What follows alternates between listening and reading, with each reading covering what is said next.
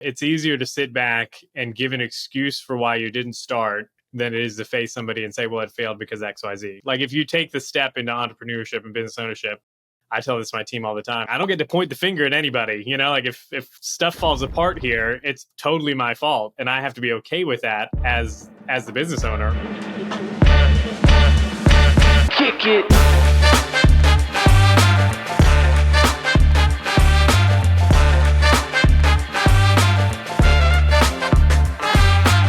Welcome to Strata Stories. My name is Thomas Schreiber, and I'm the Director of Marketing here at Strata PT. Strata PT is a single EMR platform and revenue cycle management service for physical, occupational, and speech therapy practices that helps you achieve a 99.99% reimbursement rate. On today's episode, Paul Singh, the CEO of Strata PT, talks with Rafi Salazar, a PT and the CEO of Proactive Rehab and Wellness. Paul and Rafi talk through starting a PT clinic with $0, the importance of developing entrepreneurial thinking as a clinic owner, building healthcare accelerator programs, and why healthcare needs to increase its sense of speed and urgency. If you'd like to learn more about Strata PT and see how our EMR and RCM works, head over to stratapt.com to book a demo. Now, without further delay, here's today's episode. I'm going to put you on the spot for a second.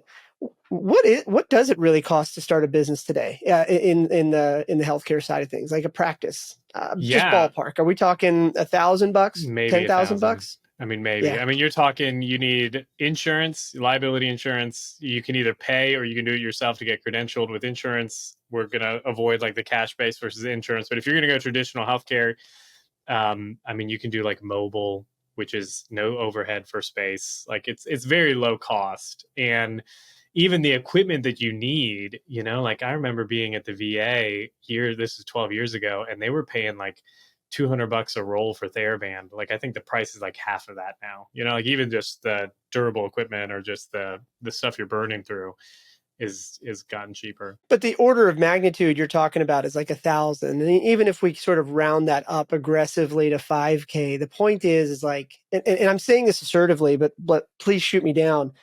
The reason I think this is really fascinating is that, obviously to some people, 1,000 or 5,000 bucks is not chump change. But on the flip side, that number is attainable. And I think the sort of awkward but true point here is that if all it takes is 1,000 to 5,000 bucks to start a practice, the true barrier to starting a healthcare practice or whatever is not the money. It's actually, this potential practice owner just saying, I'm going to do this, whether it's getting a side job at Starbucks to make some money, or I don't know, cutting out a couple of, cutting out one vacation a year. The point is, though, is that like, this is way more accessible than people think. But would you disagree with that? Like that it is accessible, that funding is not the primary barrier? Yeah, no, I think it's the most accessible it's ever been in human history. Full stop. I won't even argue that. Like it's the best time to be alive and start a business than it ever has been in the history of the world. Well, yeah. And I think it's like from a macro standpoint, I think one of the narrative, the reason I want to talk about this for just a few minutes is that, like, I'm sure you see this in your consulting, and I see this all the time, like with people that call us, for example, is that like a lot of people's initial mental barrier is this initial hurdle to get started. And what I kind of say to people is that, look, it is more accessible than you think, but more importantly, you kind of need to understand that it is easier than it's ever been to start a business, but it is harder than ever to grow it. Because like, for example, some of the topics you talk about on your LinkedIn in terms of positioning and building the plane in flight and, writing down the processes, those are the real battles in the day to day. Like in other words, it's like, there's a lot of entrepreneurs out there that just, I think, find it more fun to just talk about all the potential barriers or perceived barriers of money and stuff like that. When in fact, if what we're really talking about is 1,000 to 5,000 bucks to just get started, I think they kind of need to have this come to Jesus moment and realize that nobody's stopping them. It's not the lack of money that's stopping them from starting the practice. It's actually them just lying to themselves.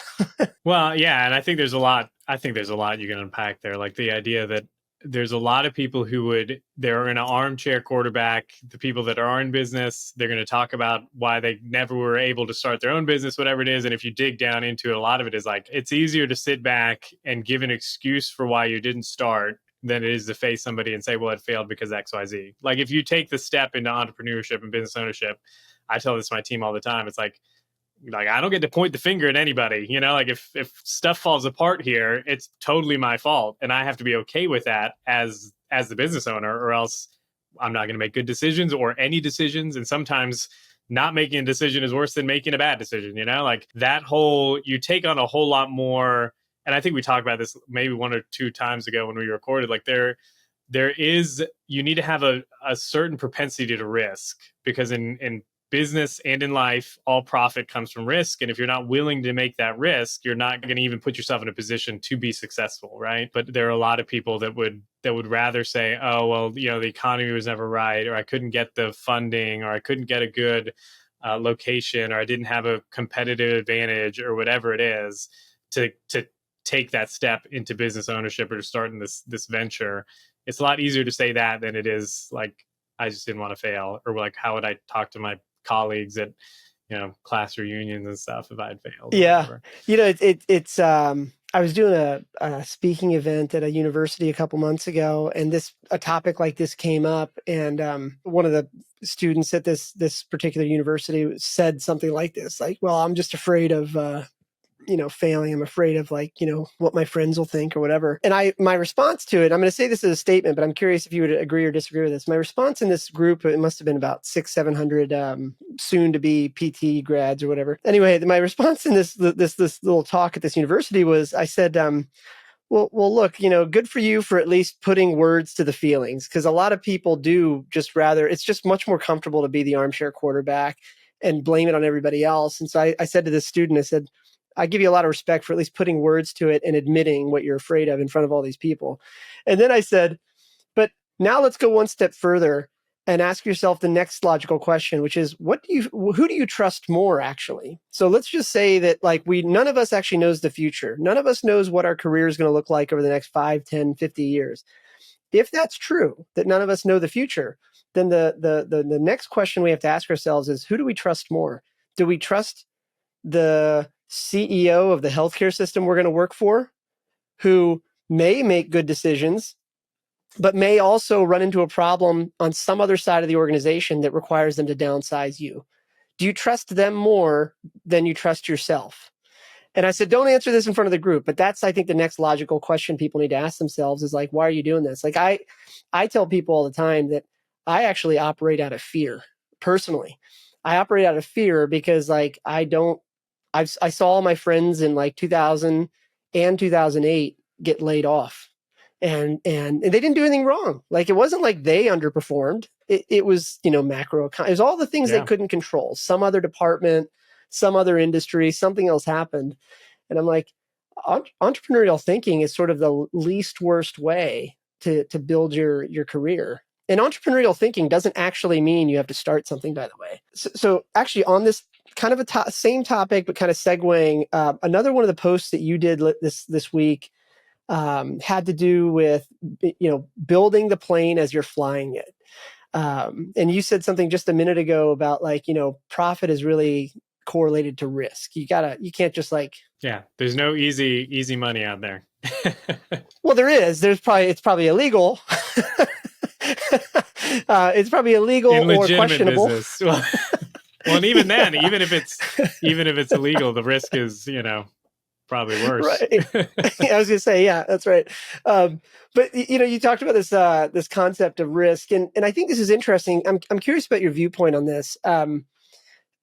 Coming from the tech world, one of the things that we've learned over the last 10 or 15 years is that the modern day business school hasn't really adapted to what today's business looks like. In other words, let's say you go to Wharton, and you spend $200K for your MBA.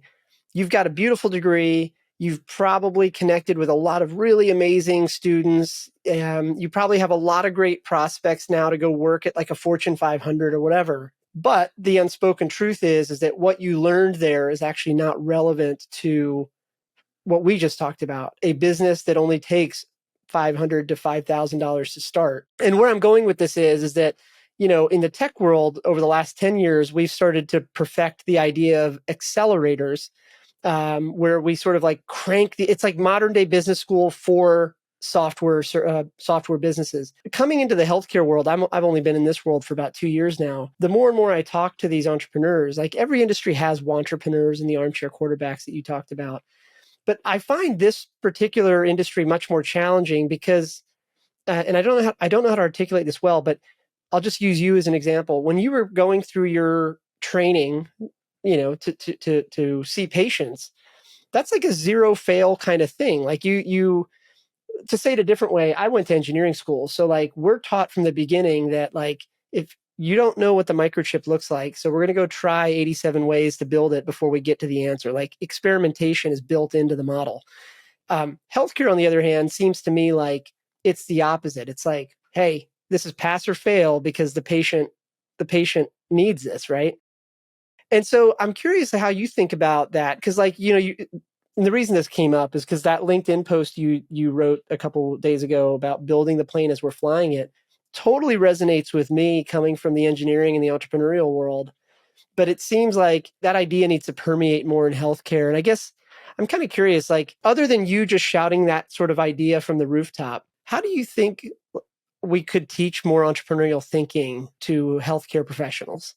Like what would be like the magic wand? And this is like purely a thought experiment right now. Like, is it just apprenticeship under, practice owners like you? Is it? I think that's pretty cool. I mean, there are some. So I work with a bunch of startups in the healthcare tech space, primarily in the PT/OT industry, and it is surprising to me the number of them that are using it. Like the startups themselves are using this as like a recruiting tool, but there's a demand for it in the student population. Like they're using these kids in PT/OT school as business development interns, as project management interns. Like obviously their goal is like the long-term goal for these students is they don't want to be doing patient care directly, but they're getting exposure into a different way of thinking. And one of the big things that I've been a very big proponent of ever since I read it in a book, The Business of Expertise, was like this idea that to be really successful and like do actually innovative things in any industry, the way that you do that, or one of the best proven methods, is like you look at ancillary industries and sometimes industries that aren't even in the same ballpark, and you see what's working in there, and then you pull the insights or the frameworks and you apply it, right? So like tech is a good example. The way engineers and product developers are going about building products is different than the way a clinician would go about just the thought process of like providing care to a patient. But taking like exposure to that different way of thinking, and I'm not a psychologist or a neuroscientist, I couldn't break it down for you, like the mechanisms and all of that. But there's something to be said about exposing yourself to different methodologies, even of thinking, and then applying that to a healthcare business or to the whatever business you're in. And I think that is super important. I think the other thing too is like, without throwing shade on anything, I was a professor, so I understand this from like academics, like content planning and course planning and curriculum design. Like they're just the way courses and programs are built in healthcare very rarely involve any kind of entrepreneurial anything. Like all the standards are like, we need to make good managers, clinical operators, clinical researchers, and then clinical practitioners. Like those are the big things that they're focused on. They're not really focusing on like, this is a PT student or an OT student that could potentially revolutionize the way healthcare is delivered or whatever. Like that's just not even on the radar. They might get a course on innovative practice or non-traditional settings, quote unquote, but it's largely useless, right? And it's not really practical because the people that are teaching the programs are either ex-research, or they either are research, or they're former clinicians or former maybe practice owners if you're lucky.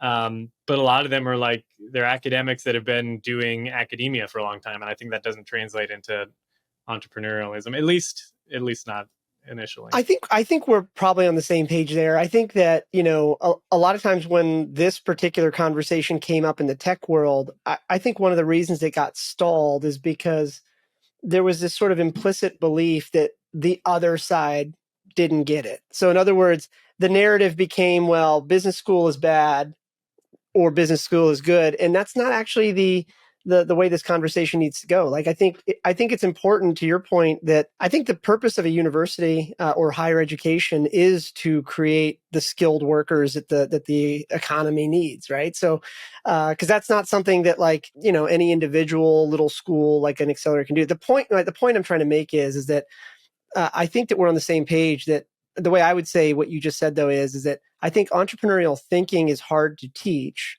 but I think it can be learned. If you look at the general population, and we mentioned this before, like the majority of people go into healthcare because they see it as a vocation or a calling, and then they see it as a safe, stable, secure employment field. So like the vast majority of, and I don't want to paint with like a super broad brush and say they'll never do this, but the vast majority of people that go into healthcare aren't going to be business owners and aren't going to be entrepreneurs just because of the way they're wired, right? So the academic apparatus is tailored to those people. So right. The majority of them are going to come out and just go be clinicians somewhere, and that's fine. We need that. The economy needs that, right?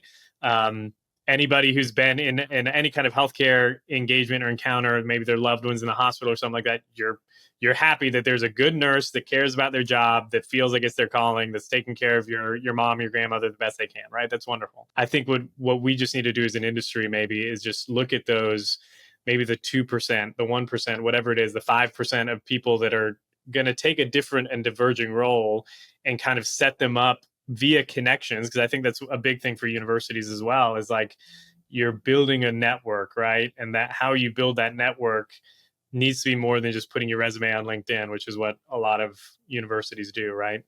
Like the idea of how do we build relationships intentionally to not get what you want out of people or out of things, but like to position yourself for success in whatever area you deem to follow. Well, I think the stat that I read a couple of years ago, and I don't know if this is true or not, but anecdotally it seems right, is that in any given population, only about 3% of that population will have sort of the entrepreneurial bend.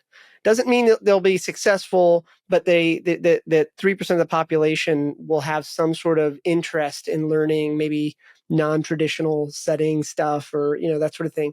And it's that subset of the population where it's like, okay, where do they go to learn? In the tech world over the last 10 or 15 years, now there are business accelerators specifically built around that idea. So you can go get 10, 20, 50K, 100K, once you apply into these programs, and you've got a 12-week accelerated program.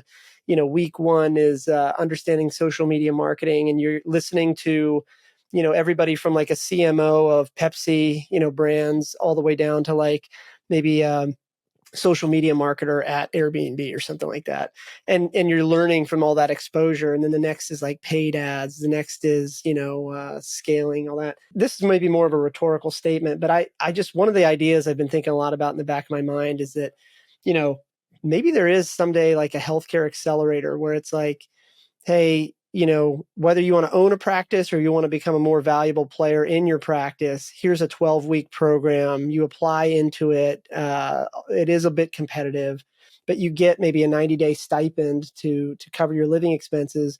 But in exchange, it's a fast-track 12-week thing that teaches you, or at least exposes you to more entrepreneurial thinking from other industries, so that when you go back to where you came from, whether it's working at your practice or starting some other practice, like now you actually you're better equipped. Because the other thing, and you said this, you didn't say this directly in your LinkedIn post, but I kept reading it this way, is that, in the tech world, one of the big conversations a lot of places have is they're like, well, we want to be more like Silicon Valley. You can go down to Athens, Georgia, and somebody down there will be like, well, we want to be the next Silicon Valley. And then you go to like Portland, Maine, like, we want to be the next Silicon Valley. And the question I always ask them on the tech side is like, what does that even mean? And they're like, well, we want to foster this, we want to foster that. I'm like, look, I've lived over there. And the thing that Silicon Valley has that nobody else has figured out yet, but that is totally importable, is they have this incredible sense of urgency. like to your point earlier, I think in the pre-show we were talking about time. You and I can't travel as much. We got a lot of kids and all that stuff. But like Silicon Valley, you can say a lot of bad things about it, I'm sure. But like the one superpower it has over everywhere else is that it's the people that live there understand that time is a very finite resource. And so everything's fast. There's no honor in thinking about something. Like if you're that guy or that gal that's been thinking about something for 6 months, the society shuns you. You're not invited back to anything. But I think if we could import that into more of the healthcare space, I can't help but one. I'm not saying we should like speed up treating patients. I'm just saying like, one of your clinicians has an idea, like let's go try it. Yeah. In the earlier days of Google, one of the most legendary things they did was that they gave everybody 20% of their weekly time for experimentation. So if you were working 40 hours a week, well, 20% of that time was available to you to tinker. Yeah. Now the flip side of that was any IP you generated belonged to Google. But still, like people did it because it was something they couldn't do anywhere else. It's in a way, it reminds me of how the first time I met you, you were like, and I'm saying this in a paraphrase way, you said it in a much smarter way, but one of the first times I met you, you sort of like just casually were like, oh yeah, and I just kind of give our clinicians the time to create content. Like, holy cow, this is like what people did back at Google. Well, and it pays off, like we've had a relationship with a physician at the practice for a while. His whole business is helping veterans with VA claims, like backdating, because there's a lot of money in that. If someone has an injury and it's not, they don't receive payment for like 20 years, they'll get back pay. So there's a lot of money on the line. And this physician was like, listen, I need a PT clinic that can do like gait assessments and gait analyses so that we can build up the nexus letter and basically build the case for the VA. And we did this for him for like, I think we were charging like $400 a pop. It was not a lot. I think 10 or 12 a year, 4 or 5 grand worth of revenue, which was not like life changing for us. But what happened this last year was that he moved to like the Midwest somewhere. And now he's got clients from all over the country. And he reached out to us and said, listen, like y'all's have been the best that we've gotten as far as what's in the content or what's in the report. And I know that Courtney is one of the PTs, like has been doing these. She's been doing a great job. Can you like build something out for us? We'll pay you and then we'll license it. So that we did that. And that basically happened from like, I went to this PT and I was like, listen, instead of writing an article this week, I want you to put together the framework for how we do these gait analysis assessments. And now we've got something that, we're getting paid basically a royalty every time this doctor is using it, which is awesome, and that only came about because we had in the clinic, we just had this idea of like, okay, 1 hour a week, 2 hours a week, whatever it was, we're going to pay you to create content. And we just had the time built in, the capacity, right? So it can pay off if you capitalize on it. For anybody listening to that story, I think the thing that I would call out is that that's what being lucky is. Like, in other words, I think people think being lucky is like literally just sitting there and somebody just bashes through your door and says, man, I wish I could do X. The truth is that most interesting ideas, most profitable ideas actually come as a result of some weird serendipity. You were doing something, you got a new client out of it, then something happened to their life, they moved, and now another opportunity opened up for you. And it's yet another sort of, I think, under-discussed point of entrepreneurial thinking. Actually, now I'm curious. You talked about like, again, going back to our first call, you talked about like how your staff is encouraged to post stuff on social media and things like that. Off the top of your head, like, were there any other like interesting opportunities that landed in your all's lap because of those activities? I think you had a clinician, for example, that's like a marathoner or a runner and putting out content like that. Like, I mean, so we've created some products around that. Like if somebody creates an article on like training for a half marathon and what they did, and we get a lot of traction on that, you're basically like testing, you're doing market research in real time. So it's like, oh, well, why don't we create a product around that? Boom, we did. We've got like an ebook and a course now out on it. We did the same thing with like home accessibility and modifications and stuff like that. So there have been things like that where it's just the clinician doing what they do or writing about or creating content around a subject that their expertise aligns with, but they're also passionate about. And if we see that it's getting traction, it's like, okay, let's explore this a little more. And because there's like, we have this rev share agreement with clinicians, like, yeah, the IP or whatever might be proactive, but there's an extended and an indefinite right now, currently an indefinite profit sharing in what they create. The incentives are aligned and we get to see it. And it's one of those, like, if it works out and everybody's happy and everybody wins. And if it doesn't, well, at least you're getting paid to do something you wouldn't have gotten paid to do at another clinic, So there's been some of that for sure. Okay, so one of our clients is a guy named Justin Stiver over at Total Therapy Florida, and real sharp guy. And I don't think he would be frustrated for me saying this on the show. This will be a test to see if he actually listens to other episodes that are not him. But just talking about this idea of like putting luck or putting ideas out there and just seeing what luck turns into. He's a really interesting character to me because a lot of times I meet people, they're like, armchair quarterbacks, just like you do. Everybody meets these people. And to be clear, Justin's not one of those people. But I remember at a dinner that I had with him maybe a year ago now, he sort of casually mentioned like his interest in maybe building some social media channels and maybe a YouTube channel and stuff like that. And fast forward to now, he's started a YouTube page called The Active Adult, and it's particularly content. So his practices are all in Florida, but he's now built this like YouTube channel that's built around this idea of like content that an active adult might want to engage with.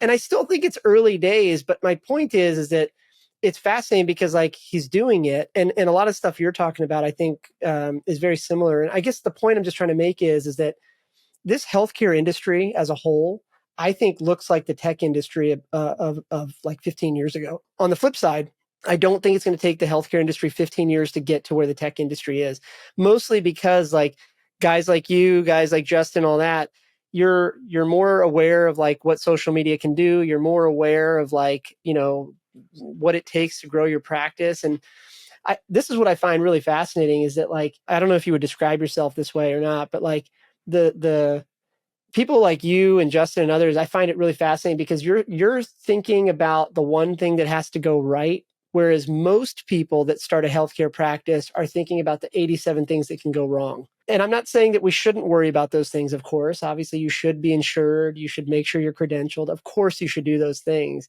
But it's fascinating to me, like learning more about guys like you, is that like you guys remind me of some of the more successful people I've met and invested in the tech world, where you sort of mitigated your risks. You're not going to like not pay your taxes and not be insured, but you sort of like brush that under the table. That's not the big issue. Now it's like you're spending most of your waking hours thinking about like, how do I generate more awareness? How do I generate more email captures? How do I do this? How do I do that?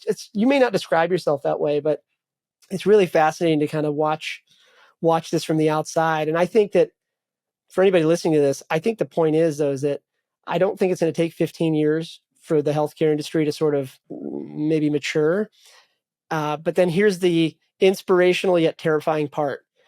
What we saw in the tech world is that every industry is not normally distributed. In other words, in any given industry, it's a power law distribution, and the top 3 brands, the top 3 companies, the top 3 people, whatever you want to divide it out as, the top 3 sort of take the majority of every industry, whether it's attention, money, power, influence. That's how it works. And this is the terrifying yet inspirational part, I think, for other people listening to this.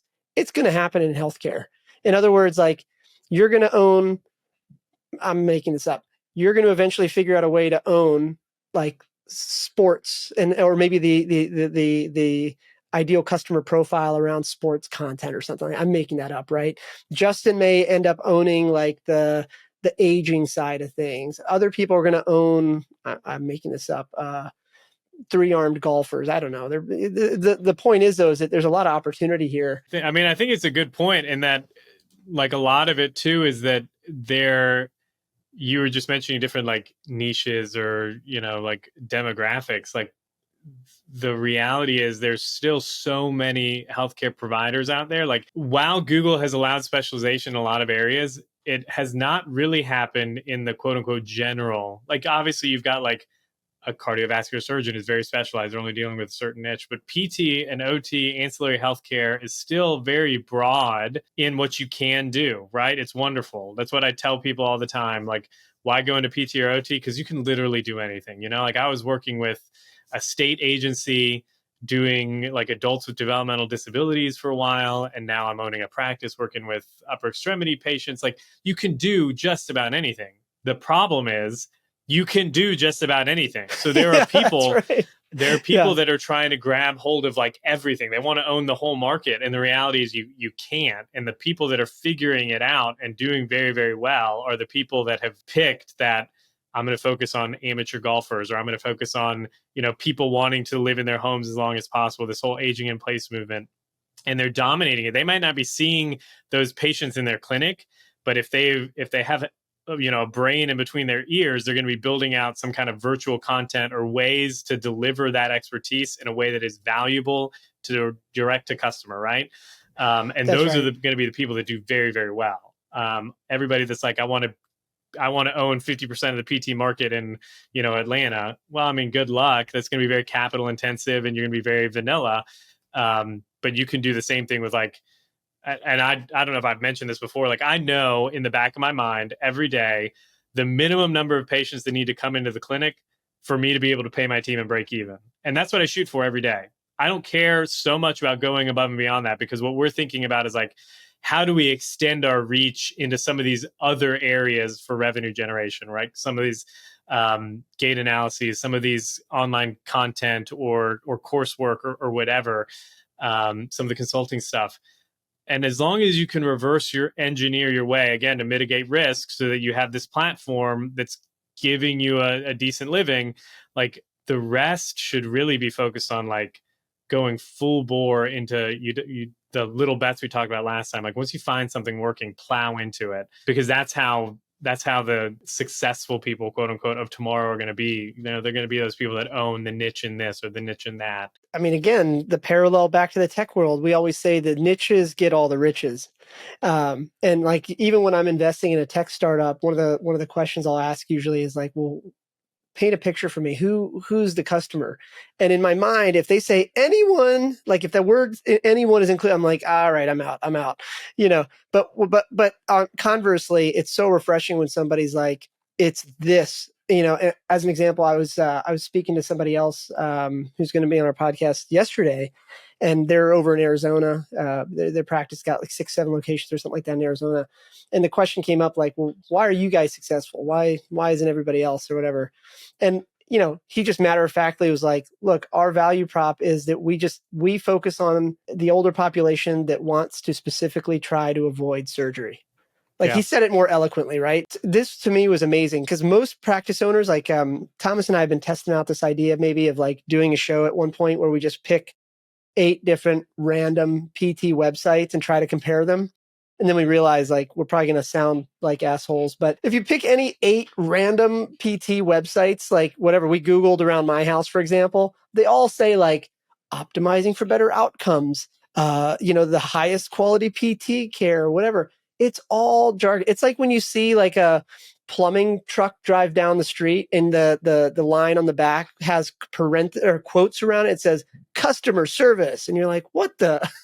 Like, that's what I expect, And so, but this was so different. He was like, yeah, look, we really focus on the part of the population that wants to do everything they can to avoid surgery first. And I was like, I love that. That appeals to me. We've talked about this before, maybe a few episodes ago, like the idea of positioning being that we do X for Y. This is our discipline. This is our specific market.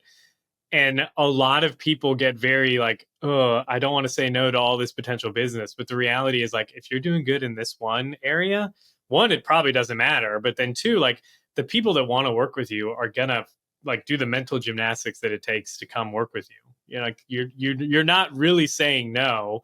You're just leading with whatever the tip of the spear, like whatever your defined, your highest value that you deliver to the market, which I think is often overlooked. You and obviously you're the expert. You talk a lot about positioning here, but you posted something a couple of days ago about like, how do you lead with value on your healthcare sales call, and you're talking about positioning and stuff like that. and you said it very eloquently in the LinkedIn post, and we can link to it or whatever. But all I could think about is this idea that, like, if we could get more practice owners to accept the fact that they are a marketing company that happens to deliver healthcare, they would be more fun to run, probably more profitable, and probably, I don't know, like, more successful. Yeah. Somewhere along the way, I think it's become taboo to talk about money. It's become taboo to talk about profit. It's actually more fashionable in the healthcare industry right now to complain about how thin the margins are or how bad the payers are. That's become more fashionable than to actually say, like, hey, we're no different than Rolex or Coca-Cola. Rolex specifically picks and targets rich people. That's why they sponsor sailing races and Formula One. You don't see them advertising at the local Kmart. Conversely, Coca-Cola is in a highly competitive market, and they're not sponsoring Formula One and all that. They're buying out the billboards around the Kmart, and neither of those is wrong. But they've positioned themselves, and they then invest all their money in making sure they dominate those niches. And that's why they're so successful. A lot of this positioning stuff seems really hard. I mean, you probably talk to more practice owners about this than I do, but I imagine it to somebody listening to this or reading to this stuff for the first time. It's hard. They're like, positioning? Oh, I'm just a healthcare person, And I think, like, the starting point of marketing or positioning really should just be like, look at what your local real estate agent does, just as a starting point, just as a starting point. Like, I'm not saying you have to do everything like they do, but for example, there's a guy in my neighborhood. I live in a pretty modest neighborhood. There must be, I don't know, if I had to guess, like 300 homes in this neighborhood or something. And there's this one guy, Kevin, and Kevin is so annoying that he's like flipped over to the other side, and you just have to love him because that's like, he was annoying. And then you're like, oh, well, that's just Kevin. And then you're like, all right, he's cool. Kevin doesn't care about selling every home in Virginia. He has now marketed himself as the guy for this neighborhood.